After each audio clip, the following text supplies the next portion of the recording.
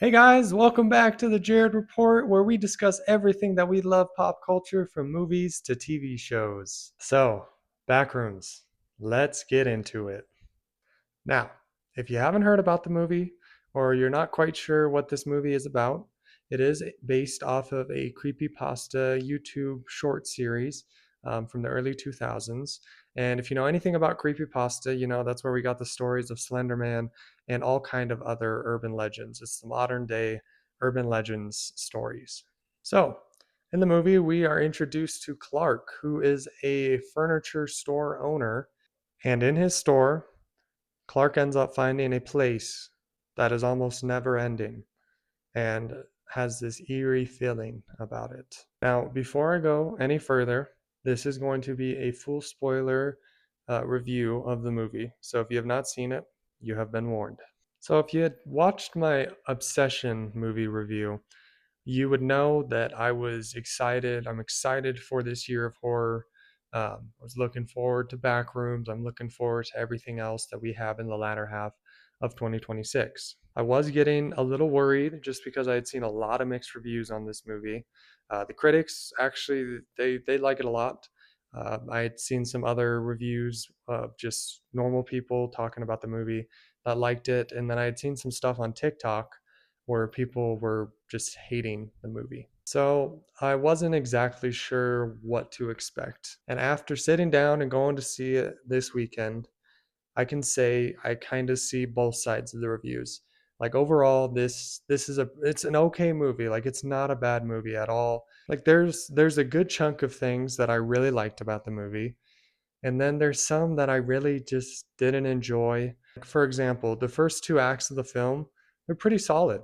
You know, it's a bit of a slow burn. We do start off pretty slowly, get to learn the characters where we're introduced into Clark, and then his therapist Mary. And once Clark discovers these back rooms, I feel like that's where the movie really takes off. So let's discuss a few things that I really liked. So I really liked the time period. Like I grew up in the late 90s, early 2000s. You know, everything was very nostalgic for me, from the furniture to the clothes to the cars to the set pieces. I didn't have any idea that this movie would be set in the 90s. But after thinking about it, like it makes sense.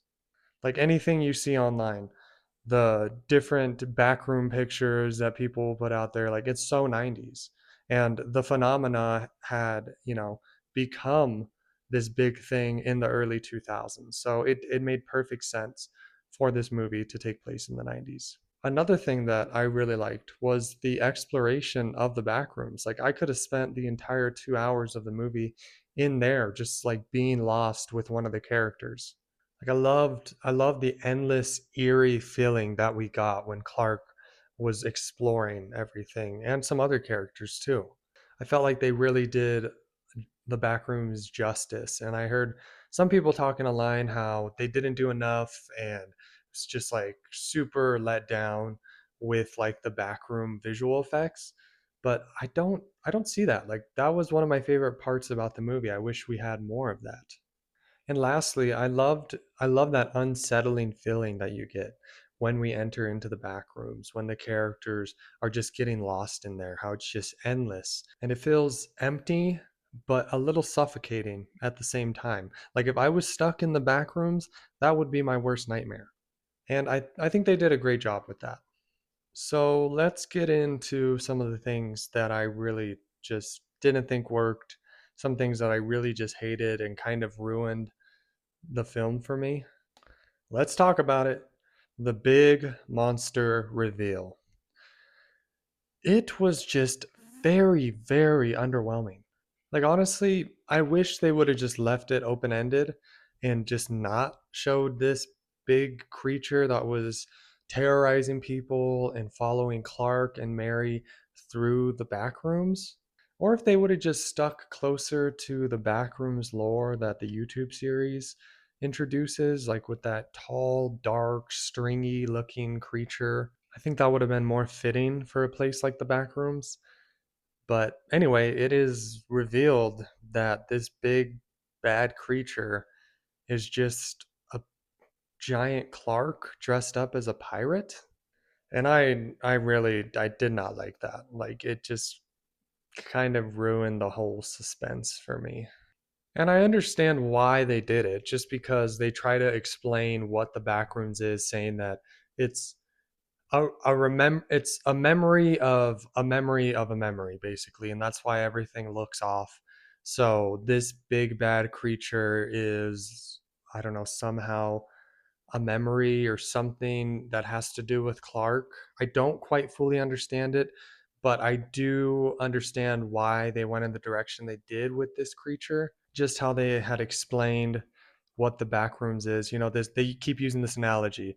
It's like trying to explain to someone who's never seen a dog what a dog looks like and then asking them to draw it, which I thought that was brilliant because honestly, like everything that I see Backrooms wise, like it looks just like really bad AI generated art or like structures and things of that nature.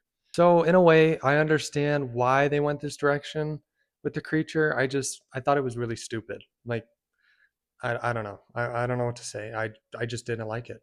Another thing, now this wasn't something that I disdained, like it just kind of got on my nerves a little bit, was like the first person shaky camera views that we kept getting. Like we got it in the very beginning of the film when they opened with this guy in a hazmat suit just like exploring the back rooms. And then we get it again when Clark ends up taking Kat and Bobby down into the back rooms to help him um, search a few things. That whole perspective of those three going and checking out the back rooms is in this terrible, just like shaky, low quality camera. And I get it. Like I understand we're trying to set it in the 90s. You really wanted to have that 90s feeling, that VHS looking low quality video. But I would have really appreciated it more if we would have just seen it from their perspective, especially like in this whole scene when shit goes bad and things get crazy. Like Clark has to end up going and exploring all these different areas that we hadn't seen previously, because really like a good chunk of it is like this yellow stained office building kind of looking room throughout. But when Clark's being chased, we see, you know, this kind of like pool area and some other interesting areas that would have actually been cool to see like in an HD camera and not some low quality 90s bullshit. So that got on my nerves. And honestly, like I'm not really, I think it's a very niche thing for people to like the first person camera view in a movie. Like it's just something I don't like. And then especially when you give me such low quality, could have gone without it. I would have appreciated a very high def scene where I could really see the whole setting. And speaking of Clark, that is another thing that I didn't understand it, so it kind of was one of the things that I didn't really like was Clark's complete turn. Towards the end of the movie, after we see that cut of the scene where Clark is being chased, Bobby had just got ripped to shreds or whatever the hell happened because there was blood everywhere. And then Kat is trapped behind this wall that she says is a mirror or a window, and she could see Clark, but Clark couldn't see her. But anyway, like we pan off seeing this shaky camcorder raised to like 10 feet tall, so you know it is this monster that has been terrorizing them, and it cuts. Then we transition to Mary's character, just kind of get a little more in depth of her life, and she gets a call from Clark saying that he closed the window or something like that. And, you know, since Clark is Mary's patient, she goes to check on him at the furniture store and ends up getting into the back rooms herself. And she, you know, she's exploring, she's going along with everything. And she comes to this mural where, you know, we see a lot of different things, the big drawn out monster and a whole bunch of other imagery and a few phrases too. And she hears something behind her. And initially, I didn't know what it was. It turns out to be Clark. And some people have theorized that this actually isn't the real Clark, that it's someone else, which would actually make more sense. But to me, it was very confusing at the time. And he ends up like choking her out, and she wakes up like tied to a chair in this kitchen with all these deformed people that we had seen earlier. And Clark is just kind of like rambling and going on about like staying here in the back rooms. And, it that theory makes a lot of sense that it isn't the real Clark, that it is an alternate version of Clark. And I hope that's so, because this whole character change, it didn't make sense to me. I didn't really like it. And that kind of leads me into the final piece that I really just didn't like. And this is a commonality among a lot of horror movies. Like, you can have a great horror movie, like The Mummy, for example, just came out in April. It was awesome, like up until the ending where it kind of loses me a little bit. And same for this. Like, I don't know what it is, but horror movies just can't seem to stick the landing historically. And this was another one for me where I didn't like the ending. It is very like open to interpretation at the end, because Mary is talking to this other character that we had kind of seen throughout the film, who works for this company that is exploring the back rooms, trying to figure out what exactly it is. And she's talking to him, and then it cuts off and just shows the room that she had grown up in, and it keeps going down and down and down in levels. And you see a little piece of missing, little pieces are missing here and there.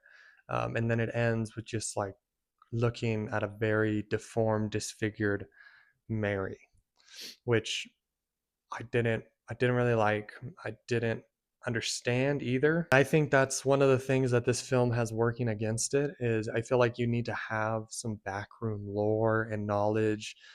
And if you don't have that background knowledge, it leaves you a little confused, like me. Like, I'm not too deep into the backroom lore. I It's not really something that I've kept up with. I know very loosely about the YouTube series, but that's about it. So I feel like this movie was really for the people that are obsessed with backrooms and know everything about all of the background knowledge that goes with this movie. And I know it sounds like I'm talking a lot of shit, like I just hated the movie. And that's not the case. Like, this was a pretty good movie. My only complaint is I wish we would have spent more time in the back rooms. Like, if they want to make a sequel, I would love to see someone stuck in the back rooms for just like a 2 hours straight, stuck in like a maze, exploring each room. And if this film would have just had more time with that, I would have loved it.